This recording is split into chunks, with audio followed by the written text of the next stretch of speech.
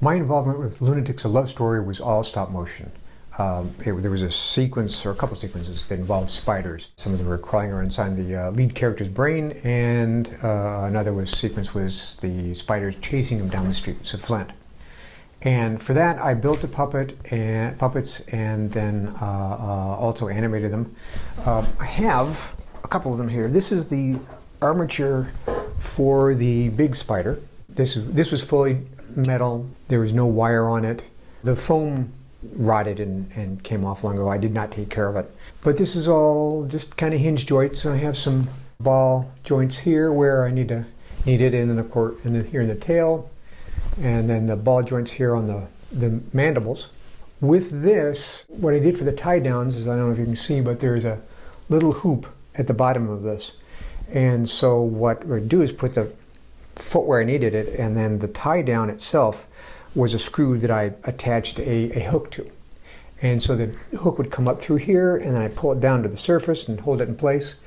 And one of the fun things about that was, because there was no real, flat surface, there was nothing holding in a particular position, the thing could kind of rotate a little bit. And so as I would step forward, the whole thing would just kind of roll automatically, and I didn't need to worry about bending or breaking anything. So that was nice. I also have one of the smaller ones here. I put the smaller ones in a box, and so they've survived a little better. These were not as elaborate. They are wire armatures here with foam rubber, because the sequence that I was using them in, it was just one sequence that they were used in, and that was it. So, and they didn't need to have the detail for the kind of motion that the larger spider needed to have for its other scenes. The first big scene with the spiders was where the main character is having a hallucination that there are spiders crawling around inside of his head and chewing on his brain. And so for that, we had a set of a giant brain that was maybe 6 feet across that Acme Effects put together, and with a little cyclorama behind it that was just kind of like this inside of the main character's head. The brain surface was latex. They sculpted a top of a brain and made molds of it. And then they layered fiberglass inside of it, so it was able to stand up. So they set that on top of a table, and then for animation, I would be on top of it, and I would put an X-Acto knife inside of the brain and poke through, and then there was a fellow underneath the brain. And he poked the tie downs up underneath, and then that was how we'd anchor it. And then it was like that for 2 full days for a 14-second shot. There's also some parts of that where the spiders, the 2 smaller ones, came out from up inside of the brain. And for that, it was another similar thing, cut through the rubber brain, and then kind of bring the spiders up through the hole, and then they start anchoring in. And some of the flesh, oh, that's right, I wired some of the flesh with armature wire, so it can like stay in position, and then as the spiders would take chunks of brain flesh out and chew on it, they kind of flop around.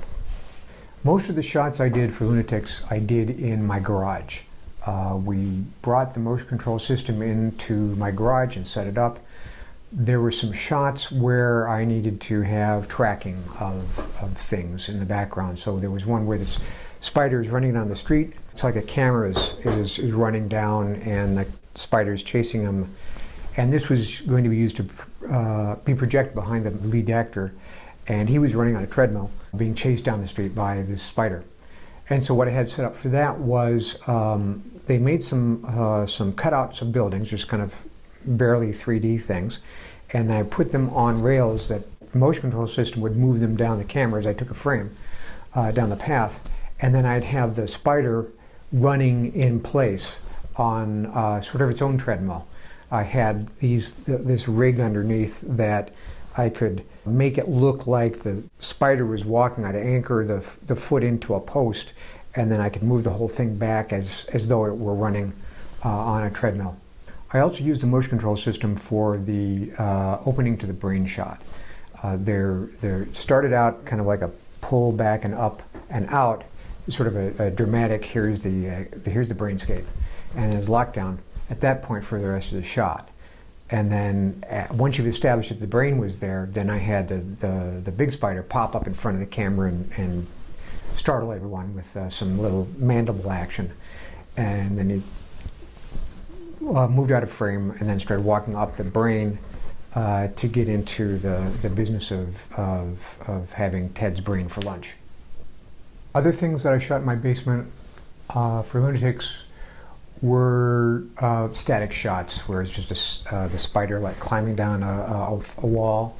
There, at this point in the film, the spider was again part of the hallucination of the main character, but it was like 15 feet long, 8 feet tall, something like that. So it was climbing down the sides of buildings, and also walking past, knocking over some trash cans. Walked past a street lamp, and that was unfortunate. I bumped it. The street lamp kind of pops in the shot, but it was one of those where you couldn't really reshoot it for time, and that was unfortunate.